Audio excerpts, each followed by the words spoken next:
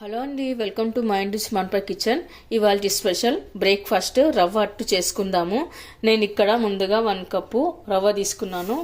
అలాగే ఇంకో కప్పు కూడా మనం రవ్వ తీసుకోవాలి. 2 కప్పుల వరకు రవ్వ తీసుకోవాలి. బాంబే రవ్వ అండి, సూజీ రవ్వ వస్తుంది కదా, అది తీసుకున్నాను. ఇప్పుడు మనం 2 కప్పుల సూజీ రవ్వకి 1/2 కప్పు దాకా రైస్ ఫ్లోర్ వేసుకోవాలండి. బియ్యం పిండి వేసుకోవాలి. ఆ తర్వాత ఇప్పుడు ఒకసారి ఇలా కలిపేసి పెట్టుకుందాము. ఇప్పుడు మనం బటర్ మిల్క్ వేసుకుందాము. రవ్వ మునిగేంత వరకు బటర్ మిల్క్ వేసుకొని కలిపి పెట్టుకోవాలి. రవ్వ ఎక్కడ ఉండలేకుండా కలుపుకొని పెట్టుకోవాలి. ఇప్పుడు మనం కొద్దిగా వాటర్ కూడా వేసుకుందాము. ఇప్పుడు బాగా కలిపి పెట్టుకోవాలండి. ఈ కాంటాక్ట్ రావాలన్నమాట. ఇలా ఈ విధంగా కలుపుకొని పెట్టుకోవాలి. ఇప్పుడు ఇందులో కొద్దిగా వంట సోడా వేసుకుందాము. వంట సోడా వేసి కలిపాక పిండిని ఒక 1 అవర్ పాటు నాననివ్వాలి. అప్పుడే పిండి బాగా పొంగుతుంది.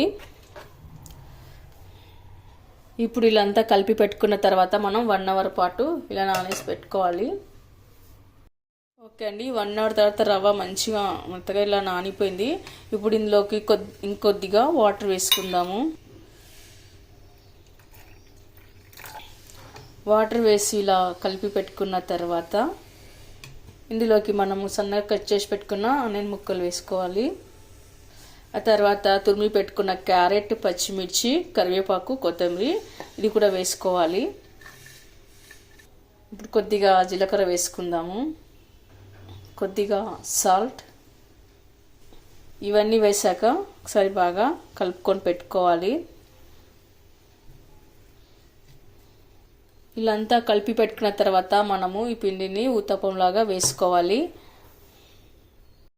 మనం ఇప్పుడు అట్లు వేయడానికి సూజీ రవ్వని ఇలా గట్టిగా చిక్కగానే తడుపుకోవాలి. ఎక్కువగా వాటర్ వేసి మరి పల్చగా తడుపుకొనరాదు. ఇప్పుడు మనం ఒక నాన్ స్టిక్ ప్యాన్ పెట్టుకొని అందులో కొద్దిగా ఆయిల్ వేసుకోవాలి. ఆయిల్ అంతా ఇలా ఫుల్గా అప్లై చేసుకోవాలి.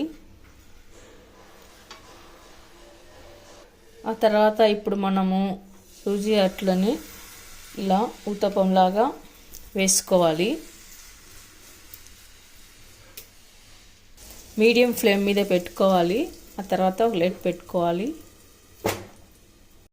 ఇప్పుడు 2 మినిట్స్ తర్వాత ఒకసారి ఉల్టా తిప్పేసుకుందాము. చాలా సూపర్గా వచ్చిందండి. ఇది చాలా బాగుంటుంది, చాలా టేస్ట్గా కూడా ఉంటుంది.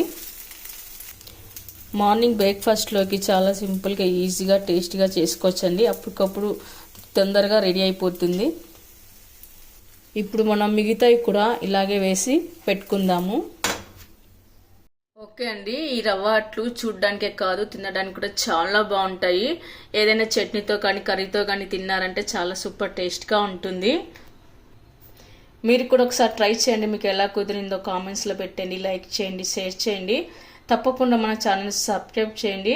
Thank you for watching.